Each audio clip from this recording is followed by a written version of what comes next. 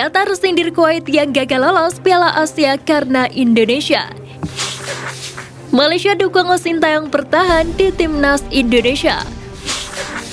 Tokyo Verde diserang netizen plus 62.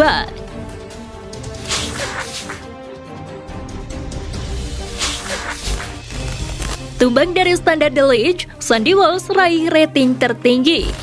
Sandy Walsh gagal membawa klubnya KV Mechelen melanjutkan tren positif.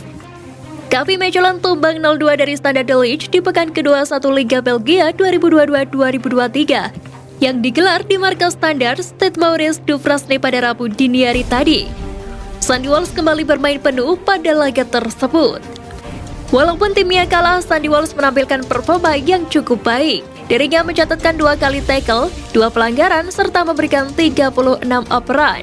Berkat apiknya penampilan, Sandy Walsh membuat dirinya memperoleh rating tertinggi di antara pemain Mechelen dengan nilai 4,8. Qatar sindir Kuwait yang gagal lolos Piala Asia karena Indonesia. Media asal Qatar Doha News membahas soal kemerosotan performa timnas Kuwait, tim yang begitu kuat di era 1970 hingga 1990-an. Puncak dari menurunnya performa Kuwait ketika tim asal Asia Barat ini gagal lolos ke Piala Asia 2023 karena kalah 1-2 dari timnas Indonesia di kualifikasi. Kuwait sempat menjadi kekuatan sepak bola Asia.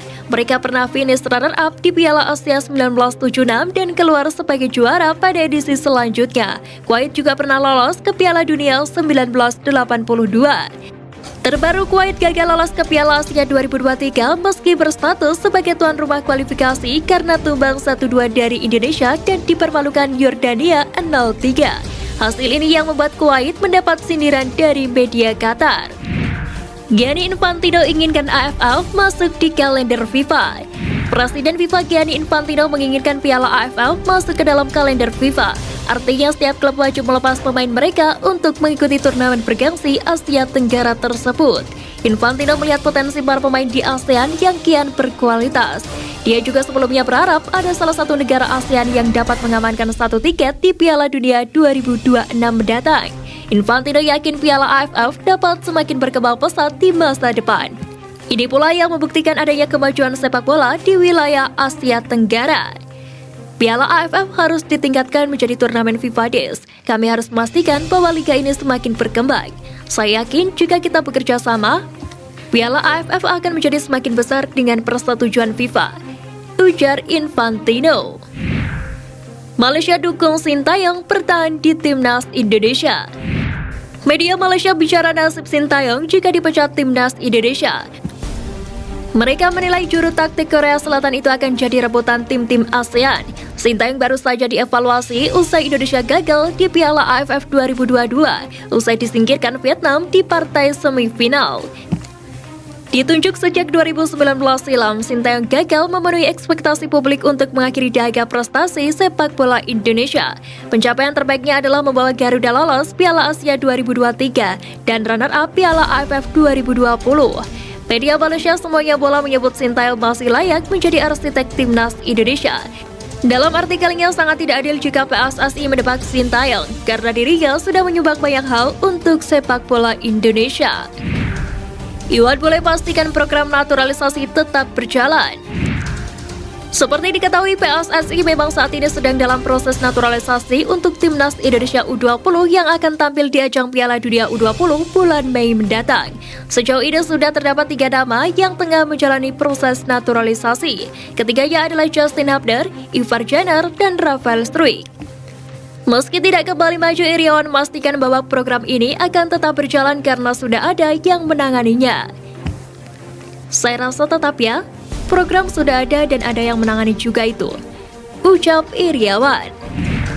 Jelang Piala Dunia U20, Pemkot Surabaya mulai berbenah.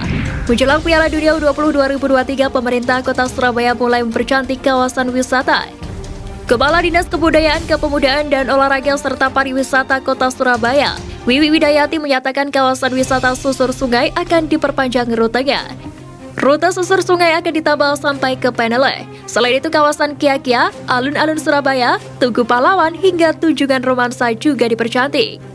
Hal itu agar wisatawan lokal atau internasional bisa lebih lama menikmati indahnya Surabaya.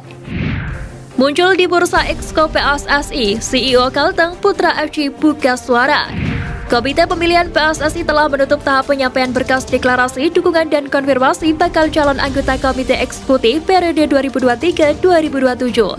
Hasilnya ada 78 orang pendaftar anggota Exco. Dalam daftar tersebut ada juga nama CEO Kalteng Putra FC yakni Agustiar Sabran. Saat dikonfirmasi, Agustiar mengaku terkejut.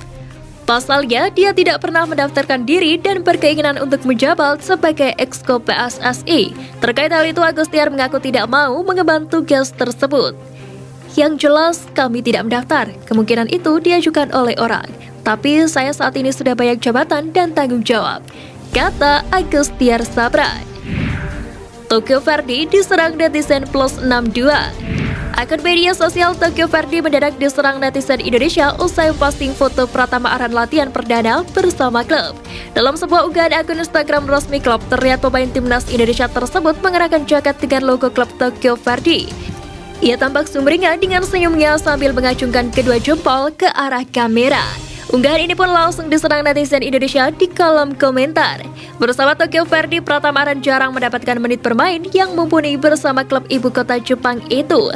Bahkan Pratama Arhan hanya bermain sekali saja saat timnya berhadapan dengan Tochigi FC pada bulan Juli tahun lalu.